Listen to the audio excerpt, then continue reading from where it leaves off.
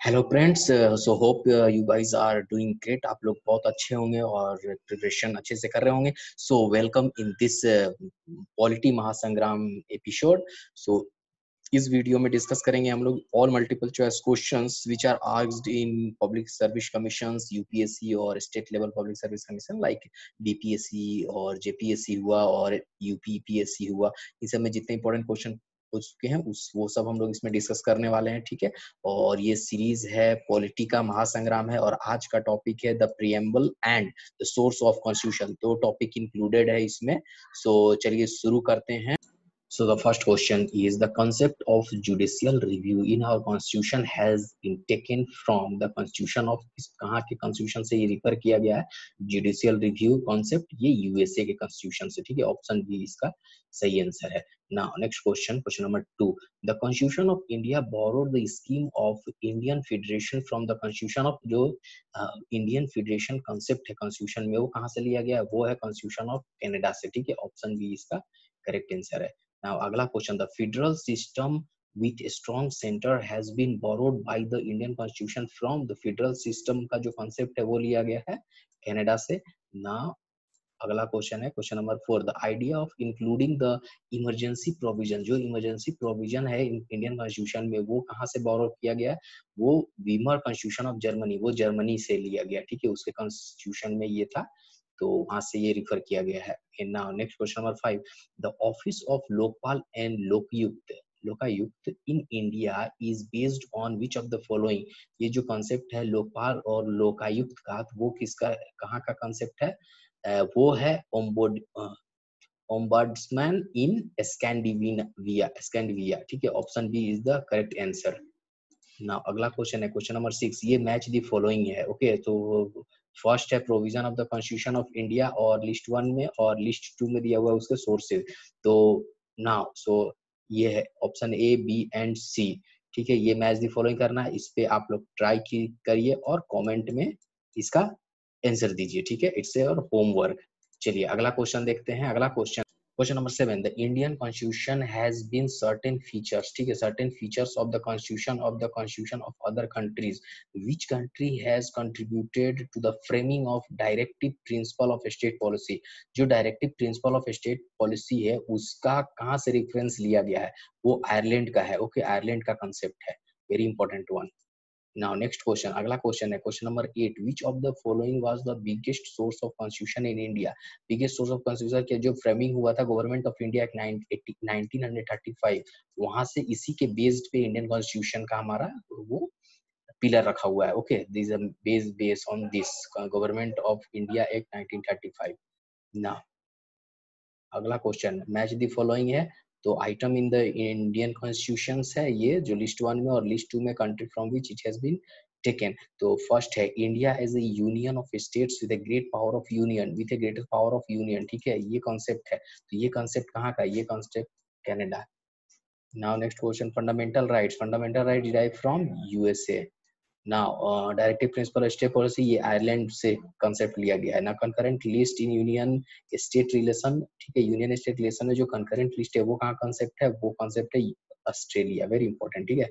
Very important, आप video को pause कीजिए and note it down, very important one. ना चलिए अगला क्वेश्चन है, one of the following words in the preamble of the Constitution of India which was not inserted through the Constitution 42nd amendment act 1976, वो कौन सा था? वो था वर्ड डिग्निटी, ठीक है।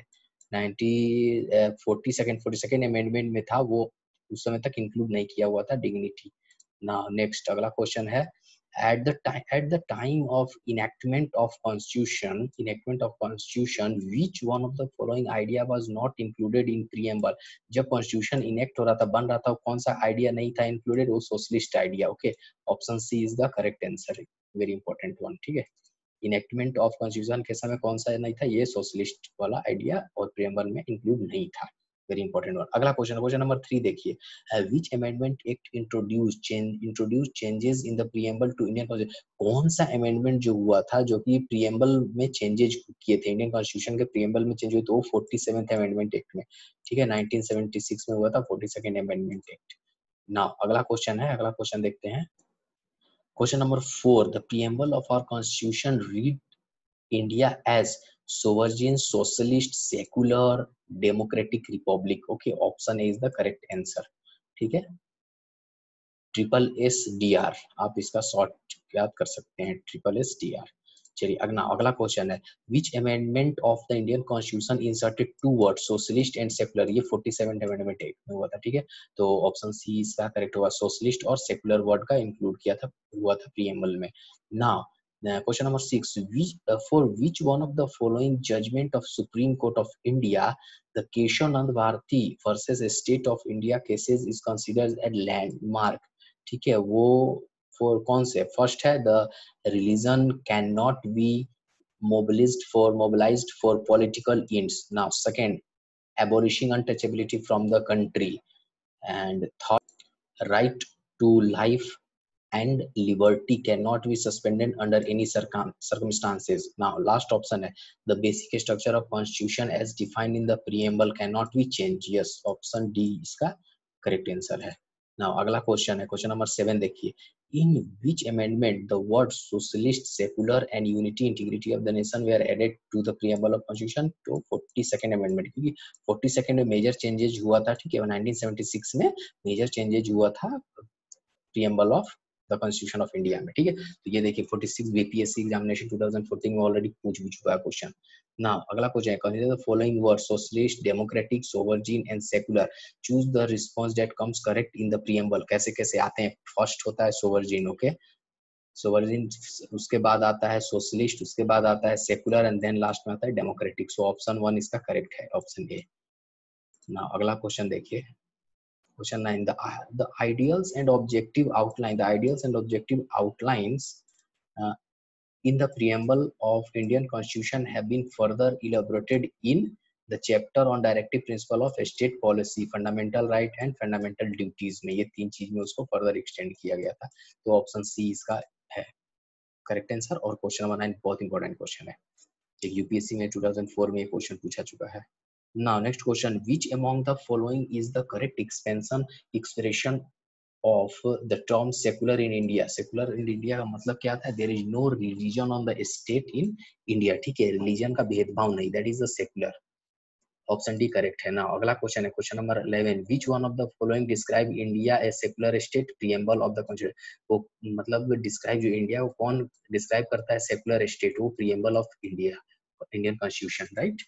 Question number 12, which one of the following liberty is not embodied in the preamble of Constitution of India। वो economic liberty को इम्बोर्ड नहीं किया गया है, ऑप्शन डी करेक्ट है ना। क्वेश्चन नंबर 13 देखिए, which of the following is correct।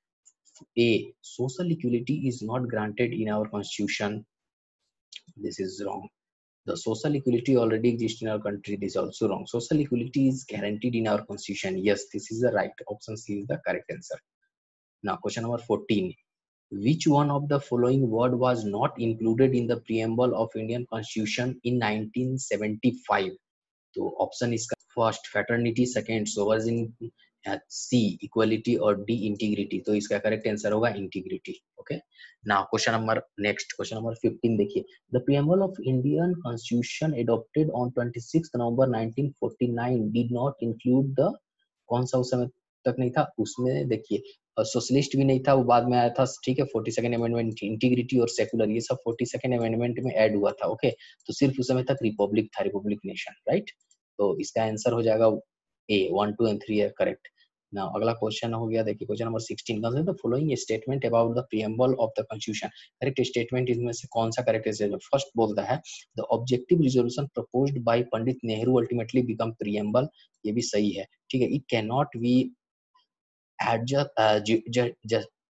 Justiciable in nature, सही है। It can not be amended, नहीं ये अमेंड हो सकता है। ठीक है, it can not override the specific provision of the constitution, right. ठीक है, 1 2 and 4 is the correct, so इससे related option B is the सही है।